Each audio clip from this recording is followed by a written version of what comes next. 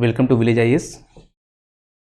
हम प्रस्तावना पढ़ रहे थे और बीच में सुप्रीम कोर्ट का एक निर्णय आ गया। ठीक है, सुप्रीम कोर्ट ने एक निर्णय दे दिया। क्या दे दिया? EWS 10% आरक्षण जो है संवैधानिक है। ठीक है, मैंने सोचा कि इस बिंदु पे चर्चा करने लेने से पहले हमें कुछ चीज़ें जान लेनी बहुत ज़रूरी है। हालांकि जो प्रस्तावना का आगे का टॉपिक है वो हम नेक्स्ट क्लास में करेंगे, लेकिन चूंकि ये करंट में आ गया तो हमारे जो स्टूडेंट्स हैं उनको ये जानना बहुत ज़रूरी है कि जो चीज़ें करंट से रिलेटेड है उस पर अपनी राय और उस पर एक संवैधानिक पहलू जरूर देखनी चाहिए। ठीक है, अभी इसमें देखेंगे हम कि मामला है क्या। हम इस पर पूरी व्याख्या नहीं करेंगे, बस इतना जानना चाहते हैं कि कई जगह आप देखते होंगे कि कई लोग ये कहते हैं कि आरक्षण जो है संविधान में 10 साल के लिए था। 10 साल के लिए था। ये आम बहस का पार्ट है, आम आदमी इस तरह से सोचता है। मैं चाहता हूं कि मेरे जो छात्र हैं, जो स्टूडेंट हैं, उनको एक बेसिक समझ संविधान की हो ताकि वो उसका लाभ समाज के अन्य लोगों को दे पाएँ। ठीक है, अभी इस चीज़ की हम पड़ताल करेंगे कि कैसे क्या संविधान में वास्तव में आरक्षण 10 साल के लिए था जो बढ़ के आज यहाँ तक पहुँच गया है, या फिर बात कुछ और है। ठीक है, अभी चर्चा में इसलिए आ गया क्योंकि जब सुप्रीम कोर्ट ने 10% आरक्षण को संवैधानिक ठहराया, उसी समय कुछ कमेंट आए और कुछ न्यूज़ में ये आ गया कि संविधान में आरक्षण जो है 10 साल के लिए, मूल संविधान में आरक्षण 10 साल के लिए था। ठीक है, तो हम ये देखने से पहले 2-3 चीज़ों को पहले हमारी एक बेसिक समझ हो जानी चाहिए। ठीक है, इस पर मैं बहुत ज़्यादा डिटेल में तब आऊँगा जब मैं मौलिक अधिकार पढ़ा रहा हूँगा। अभी मेरी क्लास में प्रस्तावना चल रहा है, लेकिन चूंकि ये करंट न्यूज में आ गया है तो इसलिए एक बेसिक समझ हो जानी चाहिए। ठीक है, अब आप देखिए, सबसे पहले देखेंगे मौलिक अधिकार। मौलिक अधिकार में अब जब आप देखेंगे मौलिक अधिकार को तो ये भाग 3 में आता है संविधान के। ठीक है, भाग 3 में, भाग 3 का नाम है मौलिक अधिकार, फंडामेंटल राइट। ठीक, फंडामेंटल राइट में एक सुविधा है कि अगर किसी व्यक्ति का फंडामेंटल राइट का उल्लंघन हो तो वह क्या कर सकता है? सीधे सुप्रीम कोर्ट चला जाएगा। कहीं और जाने की उसको जरूरत नहीं है। हालांकि हाई कोर्ट भी जा सकता है, लेकिन सुप्रीम कोर्ट वो सीधे जा सकता है। ठीक, पहली बात तो इसका मतलब ये है कि जो मौलिक अधिकार से संबंधित मामले हैं उसमें कोई भी व्यक्ति सीधे न्यायालय, उच्चतम न्यायालय जा सकता है। अब मौलिक अधिकार भाग 3 में जब आप देखेंगे तो अनुच्छेद यानी कि आर्टिकल 12 से लेके 35 तक है। ठीक है, इस चीज़ को ध्यान रखिएगा। इसका मतलब है कि 12 से लेके 35 तक का जो भी आर्टिकल है वह फंडामेंटल राइट कहलाता है। ठीक, इसका मतलब है ये हुआ, अगर आर्टिकल 36 है तो क्या फंडामेंटल राइट है? नहीं। आर्टिकल 2 है तो है? नहीं। ठीक है, तो 12 से 35 के बीच में जो होगा वो फंडामेंटल राइट कहलाएगा। ठीक, अब संविधान में जब मौलिक अधिकार हुआ है तो मौलिक अधिकार देने से पहले इसमें स्टेट यानी राज्य की परिभाषा दी गई है कि राज्य हम किसको कहेंगे। ठीक, तो आर्टिकल जो 12 है वह राज्य के बारे में बताता है कि राज्य क्या क्या है। राज्य वो है जो भारत सरकार की संसद हो या भारत सरकार स्वयं हो, राज्य सरकार की विधानसभा हो, ठीक, या राज्य सरकार स्वयं हो, स्थानीय प्राधिकारी नगर निगम वगैरह ये सब चीज़ें आती हैं, और अन्य प्राधिकारी यानी कि जो राज्य सरकार या केंद्र सरकार से सहायता प्राप्त करते हैं, खासतौर से आर्थिक अनुदान। ठीक है, ये राज्य की परिभाषा आ गई। ठीक, अब आरक्षण जो है, 2 चीज़ों को हमेशा ध्यान रखिएगा। जो आरक्षण है मौलिक अधिकार के अंतर्गत, फंडामेंटल राइट के अंतर्गत, एक चीज़ याद रखिएगा, आरक्षण जो है आर्टिकल 15 और आर्टिकल 16 में है। ठीक, इसका मतलब क्या हुआ? मैंने क्या बताया था, फंडामेंटल राइट कहाँ से आता है? 12 से 35 अनुच्छेद। तो जो भी इसके बीच में क्या है? फंडामेंटल राइट है। सबसे पहले बात ये हो गई कि आरक्षण जो है मौलिक अधिकार है। ठीक, हालांकि सुप्रीम कोर्ट की अभी कुछ दिनों पहले एक व्याख्या थी, उसमें कुछ सुप्रीम कोर्ट की राय इससे इतर थी, बट उन्होंने इस पर फैसला नहीं दिया। लेकिन आप ये मान के चलेंगे कि आरक्षण अभी क्योंकि 15 और 16 में है, इसलिए क्या है, ये मौलिक अधिकार है, पहली बात। दूसरी बात, आरक्षण आर्टिकल 15 में शैक्षणिक संस्थानों में है ना, एजुकेशनल इंस्टीट्यूशन में, शैक्षणिक संस्थानों में जो आरक्षण होता है, पढ़ाई लिखाई संबंधित जो आरक्षण होता है, जैसे कोई एडमिशन लेना चाहता है किसी कॉलेज में, तो वहाँ पे आरक्षण के लिए क्या सुविधा है, ये आर्टिकल 15 डील करता है। ठीक है, मेन जो डिबेट इशू होता है, सबसे ज़्यादा डिबेटेबल इशू ये है नौकरी वाला आरक्षण। ये है नौकरी वाला आरक्षण, सबसे ज़्यादा डिबेटेबल है, ठीक है। ये नौकरी के लिए आरक्षण है, आर्टिकल 16, ठीक। अब आप देखेंगे कि आर्टिकल 16 में जब आप देखेंगे तो आर्टिकल 16 का जो शीर्षक है वो है लोक नियोजन के विषय में अवसर की समानता, ठीक। लोक नियोजन के विषय में अवसर की समानता। अभी हम आर्टिकल 15 नहीं देखेंगे क्योंकि सबसे ज़्यादा डिस्प्यूट किस में होता है, 16 में। तो लोक नियोजन का मतलब क्या हुआ, संविधान में जो इंग्लिश वर्जन है उसमें एम्प्लॉयमेंट, ठीक ठीक। अब ये सबसे ज़्यादा डिबेट इसी पे होता है, इसी को लेके पॉलिटिकल इश्यूज हो जाते हैं। हालांकि हमें एक छात्र को पॉलिटिकल इश्यूज में बहुत ज़्यादा नहीं पढ़ना चाहिए। जो संविधान के निर्णय है वो सुप्रीम कोर्ट का जो निर्णय होता है वो अंतिम निर्णय होता है, ठीक है। उसको चैलेंज करने के लिए कई तरीके हैं, लेकिन ये हमें बहुत ज़्यादा पॉलिटिकल डिबेट में और या कि बहस में बहुत ज़्यादा नहीं पढ़ना चाहिए। हमें एक एकेडमिक पॉइंट ऑफ व्यू से देखना है इस चीज़ को, ठीक। तो लोक नियोजन के विषय में अवसर की समानता पहली बात हो गई। इसका मतलब ये हो गया कि आरक्षण क्या है, फंडामेंटल राइट के भाग में है, यानी फंडामेंटल राइट हो गया, ठीक। दूसरा आर्टिकल, अब इस पे 5 आर्टिकल हैं। आर्टिकल 16 सब क्लास 1, ठीक। क्या कहता है, राज्य के अधीन किसी पद पर नियोजन या नियुक्ति से संबंधित विषयों में सभी नागरिकों के लिए अवसर की समता होगी, अवसर की समता होगी, यानी सबके लिए समानता होगी, ठीक। पहला ये आर्टिकल हुआ। दूसरा आर्टिकल क्या हुआ, कोई भी नागरिक केवल धर्म, मूल वंश, जाति, ये इंपॉर्टेंट टर्म है, जाति, लिंग, वंश, क्रम, जन्म स्थान, निवास या इनमें से किसी के आधार पर राज्य के अधीन किसी नियोजन या पद के संबंध में अपात्र नहीं होगा, यानी जाति के आधार पर किसी को अपात्र नहीं किया जाएगा, ठीक, या उससे विभेद नहीं किया जाएगा। अब लोगों को यही लगता है कि जब संविधान में आर्टिकल 16(2) स्पष्ट कहता है कि जाति के आधार पर रिजर्वेशन नहीं हो सकता है या किस विभेद नहीं किया जा सकता है, तो फिर रिजर्वेशन क्यों?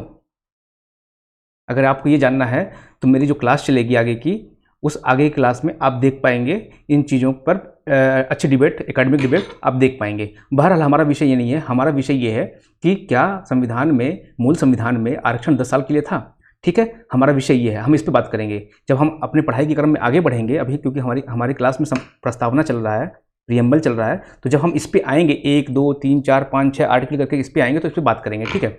अभी मैं केवल संविधान के अनुच्छेद बता रहा हूँ। आर्टिकल 3 क्या कहता है, आर्टिकल 16 का सब क्लॉज 3 क्या कहता है, संसद विधि बनाकर लोक नियोजन के मामलों में किसी राज्य क्या संघ राज्य या यहाँ पे या होगा, या संघ राज्य क्षेत्र में निवास संबंधी शर्तें लागू कर सकती है, यानी कि निवास संबंधी शर्तें लागू कर सकती है। अगर यानी इसका मतलब ये हुआ कि अगर संसद चाहे तो कोई अपने राज्य सरकार की नौकरियों में, राज्य सरकार की नौकरियों में क्या करेगी, अपने लोगों को, यानी कि जो जैसे यूपी का कोई व्यक्ति है तो निवास यूपी का निवासी होना चाहिए, ठीक है, डोमिसाइल होना चाहिए। ऐसा कौन करेगी, सीएम नहीं, विधानमंडल नहीं, संसद को अधिकार है। अगर कोई मुख्यमंत्री या आपको ये कह रहा है, आश्वासन दे रहा है कि मैं यूपी की नौकरी में केवल यूपी के लोगों के लिए रखूंगा, या कि हरियाणा की नौकरी में केवल हरियाणा के लिए रखूंगा, तो ऐसा संभव है क्या? ऐसा संभव हरगिज नहीं है, नहीं हो सकता। कौन करेगा ये? संसद कर पाएगी, क्योंकि विधानसभा को ये अधिकार संविधान ने नहीं दिए हैं। पहली बात तो आप ये क्लियर कर लो, ठीक है। अभी मैं जल्दी से उस टॉपिक पे आता हूँ।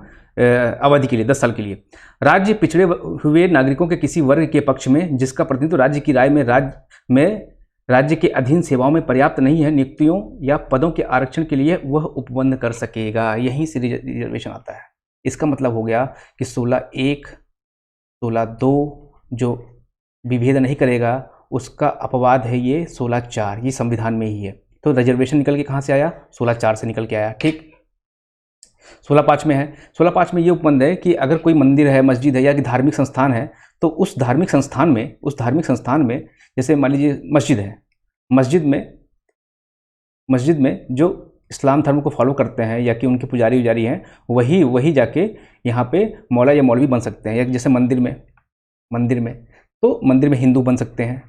तो अगर कोई मुसलमान मंदिर का पंडित या पुजारी बनना चाहता है तो संविधान क्या कहता है कि नहीं, ऐसा नहीं कर सकते हैं, क्योंकि ऐसा करना मतलब संविधान के तहत उल्लंघन नहीं होगा। बात आप समझ लीजिएगा कि शेष धर्मों तथा संप्रदायों के अभ्यर्थियों को ऐसे नियोजन में अवसर की क्षमता से वंचित कर सकता है, संविधान वंचित कर सकता है। अगर कोई हिंदू अगर मस्जिद का मौलाना बनना चाहता है तो संविधान उसको क्या करता है? वर्जित कर सकता है। और उसको, इस वर्जन को, 16(5) के वर्जन को 16.5 के वर्जन को 16.2 के तहत धर्म के आधार पर वंचना नहीं समझा जाएगा। समझे बात को? ये मैं मोटा मोटी आपको बता रहा हूँ, जब आप पढ़ेंगे हमारी क्लास देखेंगे आगे तो आपको आगे और समझ में आ जाएगा। ठीक है। 16.6 ये 103वां संविधान संशोधन है, 103वां संविधान संशोधन है। ये क्या है? आर्थिक रूप से कमजोर ईडब्ल्यूएस को 10% आरक्षण दे दिया गया। ठीक। अब इसको लेके कई लोग सुप्रीम कोर्ट गए, क्योंकि आपको अगर पता ना हो तो मैं बता देता हूं कि अगर कोई भी कानून संसद पास करती है, संसद अगर कोई कानून बनाती है तो उसकी संवैधानिकता चेक करने का अधिकार सुप्रीम कोर्ट को है। ठीक। अगर सुप्रीम कोर्ट कह देता है कि हाँ यह कानून संवैधानिक है तो वह कानून क्या होगा? वो कानून उस दिन से लागू हो जाएगा। लागू तो खैर पहले से हो गया, लेकिन वो संवैधानिक हो जाएगा, अदरवाइज नल एंड वाइड हो जाएगा। तो सुप्रीम कोर्ट ने अभी हाल ही के निर्णय में ये कहा है, 5 जजों की बेंच ने, संवैधानिक पीठ क्या होती है? जो भी पीठ 5 जजों की बेंच होती है, 5, 7, 9 ऐसे करके वो संवैधानिक पीठ होती है। यानी कि मिनिमम कितनी बेंच होनी चाहिए? 5 जजों की। 5 जजों की पीठ ने 3-2 से क्या फैसला दिया है कि जो ईडब्ल्यूएस का आरक्षण है वह संवैधानिक है। ठीक। हम यहाँ पे बात करेंगे। अब आगे की बात संविधान में, जैसे भाग 3 में मैंने बताया, भाग 3 में फंडामेंटल राइट है। वैसे आपको बता दूं थोड़ा सा यहाँ पे कि संविधान में 22 भाग है। ठीक है, 22 भाग है। भाग 3 फंडामेंटल राइट है। भाग जो 16 है उसका शीर्षक क्या है? अनुसूचित जातियों, अनुसूचित जनजातियों, पिछड़े वर्गों एवं आंग्ल भारतीयों के संबंध में विशेष उपबंध। ये आर्टिकल 330 से 342 तक का है। मैंने क्या कहा? 12 से लेकर 35 तक जो भी होगा वो क्या कहलाएगा? Fundamental right. तो इसका मतलब ये फंडामेंल राइट नहीं है, पहली बात। दूसरी बात, आप देखेंगे कि यह पिछड़े वर्गों के संबंध में विशेष उपबंध है। ठीक। इसी में SC/ST आयोग, ठीक, और OBC आयोग अभी जो संवैधानिक दर्जा मिल गया वो यहीं से यहीं तक है। अब इसमें हम आगे देखेंगे कन्फ्यूजन कहाँ होता है, लोगों को ज़्यादातर लोगों को कन्फ्यूजन कहाँ होता है। अब इसी में आर्टिकल देखिए, मैंने क्या कहा? 330 से 342 तक का भाग 16।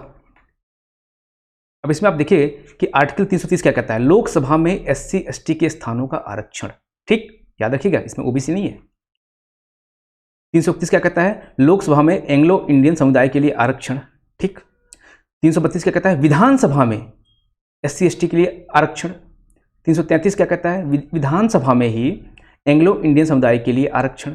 और 334 उपरोक्त आरक्षण की अवधि। यही इंपॉर्टेंट टर्म है। इसका मतलब क्या हुआ? इसको हम कुल मिला के पॉलिटिकल रिजर्वेशन कह देते हैं आम भाषा में। संविधान में इस तरह की अभिव्यक्ति नहीं की गई है, क्योंकि ये लोकसभा और विधानसभा से संबंधित मामला है। एक चीज और याद रखिएगा, राज्यसभा में कोई रिजर्वेशन नहीं है किसी के लिए। ठीक। और इसी तरह से विधान परिषद में कोई रिजर्वेशन नहीं है किसी के लिए। ठीक है। तो लोकसभा और विधानसभा में चूंकि सीटों का आरक्षण का मामला है, तो इसको आम प्रचलन की भाषा में पॉलिटिकल रिजर्वेशन कह देते हैं। और वो वाला रिजर्वेशन क्या कौन सा रिजर्वेशन था? वो संवैधानिक रिजर्वेशन था नौकरियों में। ठीक, जो फंडामेंटल राइट में है। तो जो अवधि दी गई है 10 साल का, जो ड्यूरेशन दिया गया था, वो किसके लिए दिया गया था? वह ड्यूरेशन इस पॉलिटिकल रिजर्वेशन के लिए दिया गया था। 330, 31, 32, 33 के लिए दिया गया था। अब आपको मेरी बात समझ में आ रही होगी थोड़ी बहुत। अगर नहीं आएगी तो फिर मैं एक बार दोबारा इसको पढ़ाऊंगा जब मैं अपने बच्चों को पढ़ा रहा हूँ कॉन्स्टिट्यूशन आगे में। ये तो चूंकि करंट अफेयर में आ गया, करंट में चीज़ें आ गई, इसलिए मैंने आप लोगों को इसको बता दिया कि कोई कन्फ्यूज़न ना रहे। तो इसका मतलब है कि अगर आर्टिकल 16 में नौकरियों में आरक्षण है, नौकरियों में आरक्षण, तो क्या संविधान ने उसकी समय सीमा बताई है? समय सीमा बताई है? तो आंसर होगा आपका नहीं, कोई समय सीमा नहीं बताई है। पॉलिटिकल रिजर्वेशन जो कि 330, 31, 32, 33 के माध्यम से है, उसकी समय सीमा क्या होगी? 10 साल। जो कि अभी पिछले साल 104 संविधान 104 कॉन्स्टिट्यूशन अमेंडमेंट हुआ, जिसको अभी बढ़ाकर 2030 तक कर दिया गया है। 2030 तक ये रिजर्वेशन लागू रहेगा। ठीक है। अगर आपको बात समझ में आ गई होगी तो ठीक है, नहीं तो एक बार रिवाइज करके देख लीजिएगा। Thank you for watching.